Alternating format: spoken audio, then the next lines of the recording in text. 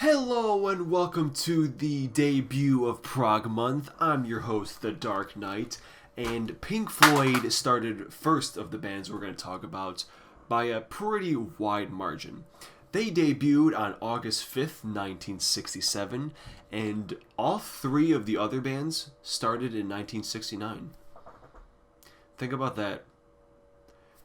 Yes, Genesis and King Crimson all debuted in 1969.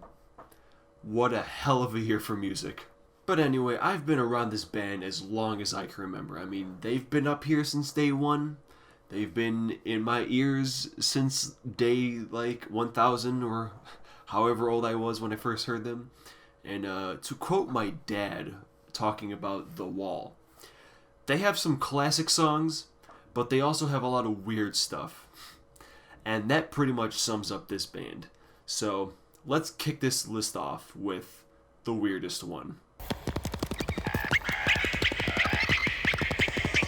Yeah, so Umaguma is just straight up bad. I'm sorry, but it's just making noise, the record. And I'm only referring to the studio disc and not the live one. Like, the first three parts are just nothing. Literally nothing. The fourth has some cool sounding stuff towards the end. Grantchester is also pretty decent, but then it goes right back into the weird stuff. When it's actual music, it's okay, but 80% of it is just worthless. I hated it when I first heard it many, many years ago, and I still did. This one isn't good.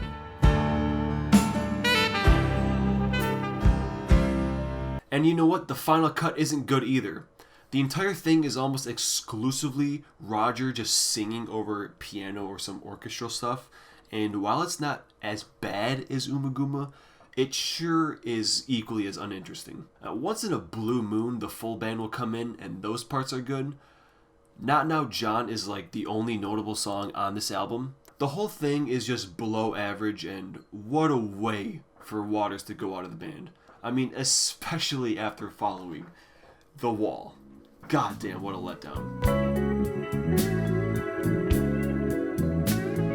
The Endless River is essentially just B-sides from the Division Bell, so there's not really a whole lot on here either, but it's at least not completely annoying like the other two are. And to be honest, it was pretty great to say there was a new Pink Floyd album coming out in my lifetime, so it has some bonus points there. But you know, it's mostly just a lot of light jamming on old piano recordings, so yeah, that's this one.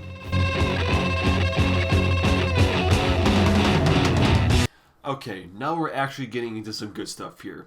With More, I think soundtracks just inherently aren't going to be as solid as normal studio albums, because it's just kind of a compilation album, let alone if you haven't seen the movie, which I sure haven't. There are still some good stuff on here, like Nile Song and Ibiza Bar, however you say it. Those are just straight up classic Floyd, and any other tracks that are more rock oriented are also pretty solid. Atom Heart Mother gets so close to being one of the classics. The title track is a pretty cool collection of sounds. It's just not quite there when it comes to the rest of the Floyd epics. Summer 68 is a very summery song, and it's probably my favorite on the album. And then the ending is, what the hell is going on with Alan, man? It's just another one of those bizarre songs, but the jams in it are pretty sweet.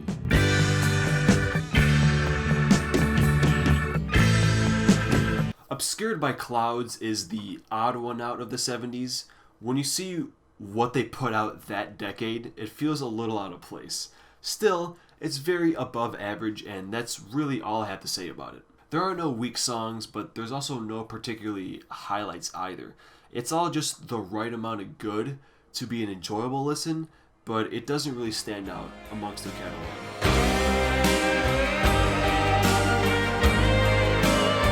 The two albums post-Waters are pretty similar. They both have the same style of sound. Division Bell goes a little more to the cleaner side, and I don't think it's quite as good. However, it does have High Hopes, which is Easily one of their best songs, period.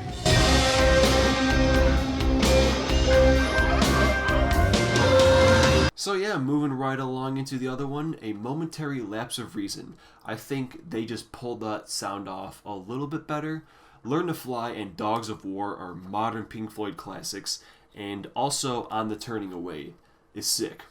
It's a solid album that really did not deserve all the negativity when it came out.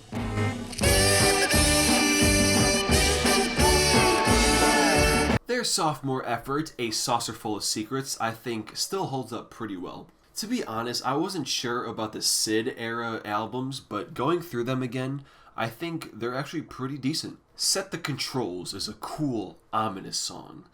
The ending to Corporal Clegg is just wow.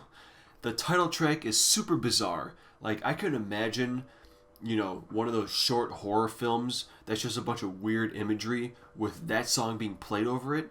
And I'll tell you why this one is lower than the first album in just a second. Because Piper at the Gates of Dawn is right above it. Yes, just like these two sister albums, the first two, I think, are sister albums as well. And since they have a pretty similar style, both pairs lined up right with each other. Lucifer Sam is a groovy tune. Flaming is a pretty quirky one.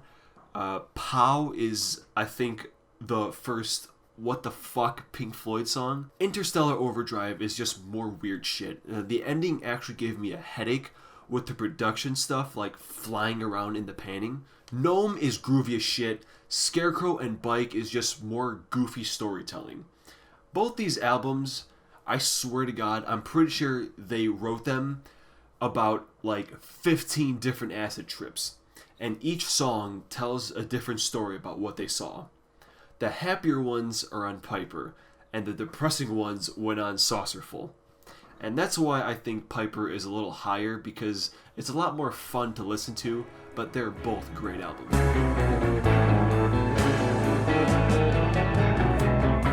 And breaking into the top 5, we have Metal. Not metal, just metal. Which is essentially a reverse 2112 where the epic is saved on the second side.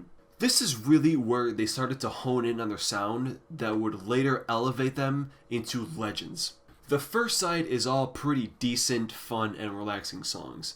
Seamus may be a little too goofy, but of course the reason people go to this album is for Echoes, and it's for a good reason.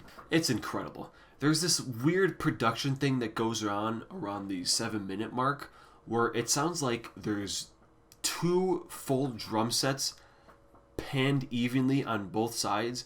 It's super weird, and I've never heard anything like it. So, yeah. Metal, Echoes, the whole thing slays.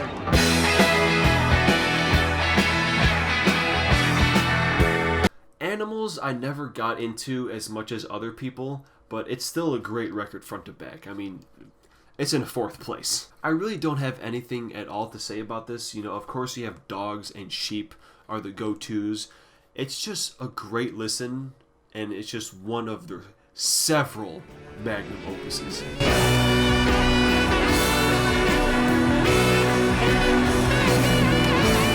It's funny how my favorites, I don't have much input on them, because it's just damn near every song is incredible. Dark Side of the Moon is at number 3, because honestly, the vocals on The Great Gig in the Sky irritate the hell out of me, and therefore I do not like that song at all.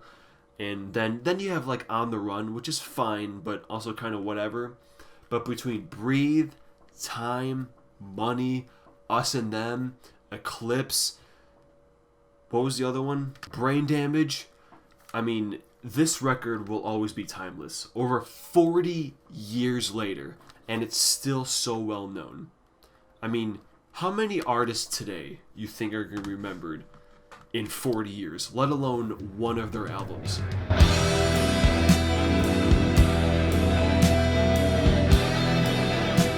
The Wall is, frankly, where shit hit the fan in the band, but it's still a phenomenal album. There's a lot of weird tracks on the second disc, but you still have Hey You, Comfortably Numb with the single greatest guitar solo of all time. And then you have The Trial, which is weird, but in all the right ways. But yeah, that first disc is just filled with great stuff, like Another Brick in the Wall, Mother, Young Lust, and just about every single track, man. This one is so damn good. But the definitive Pink Floyd album, I think, is going to be...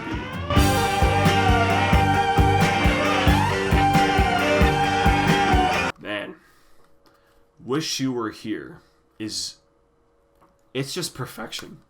Straight up, it's perfection. Shine On You Crazy Diamond is such a great tribute.